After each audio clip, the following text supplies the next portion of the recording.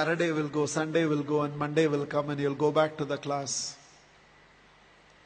And like this teacher by name Mrs. Thompson entered the class for the first time. And she had this habit of starting her class by saying, "Love you all." But she knew she was lying because she could not feel that love for one of the students in the class who was very unkept, untidy. And there was nothing in the child that drew attention from Mrs. Thompson. She was little indifferent to the child. She picked him for every negative example and ignored him for all the positive reasons. That year, she had written the progress report for the first quarter. And it was a system in the school that the headmasters have to countersign every progress report. The headmasters called for Mrs. Thompson and told Mrs. Thompson, a progress report should report some progress. It should make a parent feel my child has a future. The way you've written the progress report for Teddy, that is how he was called. The way you've written the progress report for Teddy, parents will give up on Teddy. Mrs. Thompson immediately said, there's nothing I can do. I have nothing positive to write about the child.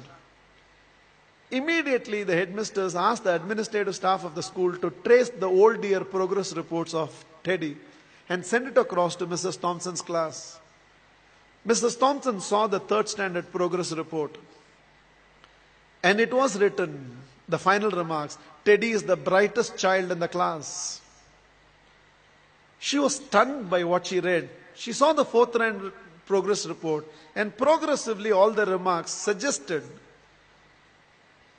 that Teddy's mother was suffering from terminal cancer. She is not able to give the attention she used to give to Teddy, and it's just beginning to show up on the performance of Teddy. The fifth standard progress report read, Teddy had lost his mother and along with that himself. He desperately needs help, otherwise we will lose this child. By then there were tears in the eyes of Mrs. Thompson. She looked at the principal and said, I know what to do. And she went back to the class. Probably it was a Monday morning. She walked into the class and again from the dais of the class, looked at the class and said, love you all. But she knew she was lying. The love she was feeling for Teddy right now was far, far greater than the rest of the class. She decided that she is going to change her approach. For every positive reason, Teddy's name was called.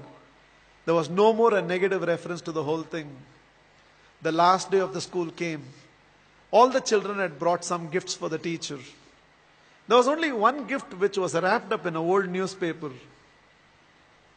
Somehow, the sense of a teacher, she knew that it must be from Teddy. She opened that first. A half-used perfume bottle and a bracelet from which a few stones had already fallen was there. The whole class laughed, knowing it was from Teddy. But without saying anything, Mrs. Thompson just took that half-used perfume bottle, sprayed it on her, wore that bracelet. With a quarter smile, it seems Teddy told, now you're smelling like my mother. This is the last perfume that she used before she left me. And this is what was removed from her body before she was taken into the coffin. 1 year later, end of the school, end of the year, there was a letter on Mrs. Thompson's table. I have seen few more teachers, but you're still the best teacher I've ever seen. With love, Teddy. Every year till the end of the year, Mrs. Thompson used to get this letter from Teddy. I've seen few more teachers, but you're the best teacher I've ever seen, Teddy. Years rolled by, they lost contact. Somewhere an agent traced Mrs. Thompson, who had retired by now, and handed over a letter. And the letter was signed, Dr. Theodore, PhD. Teddy had gone on to become a PhD.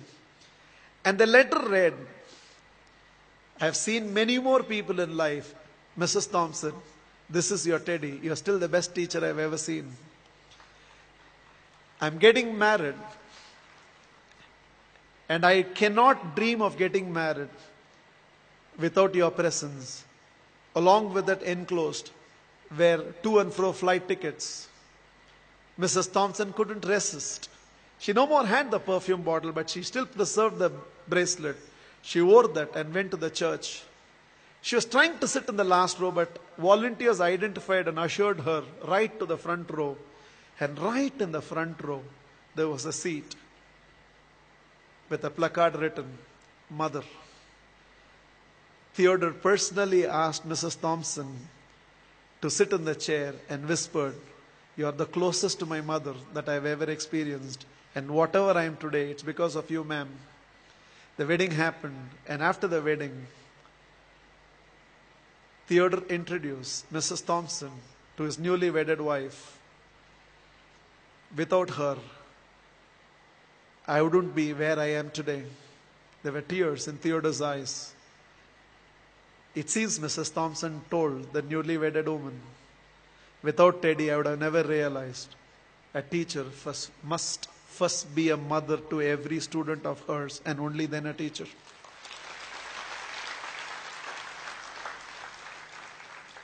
This is just my request to all of you. There is a Teddy sitting in your class. When you go back to your classroom on Monday morning, there is a Teddy in that class, and you can be that Mrs. Thompson. Please, on Monday, don't go back to the institutes as a teacher. Go back as a parent who can also be a teacher and be a turning point in the life of those children. You plus me. I believe we can build a new world.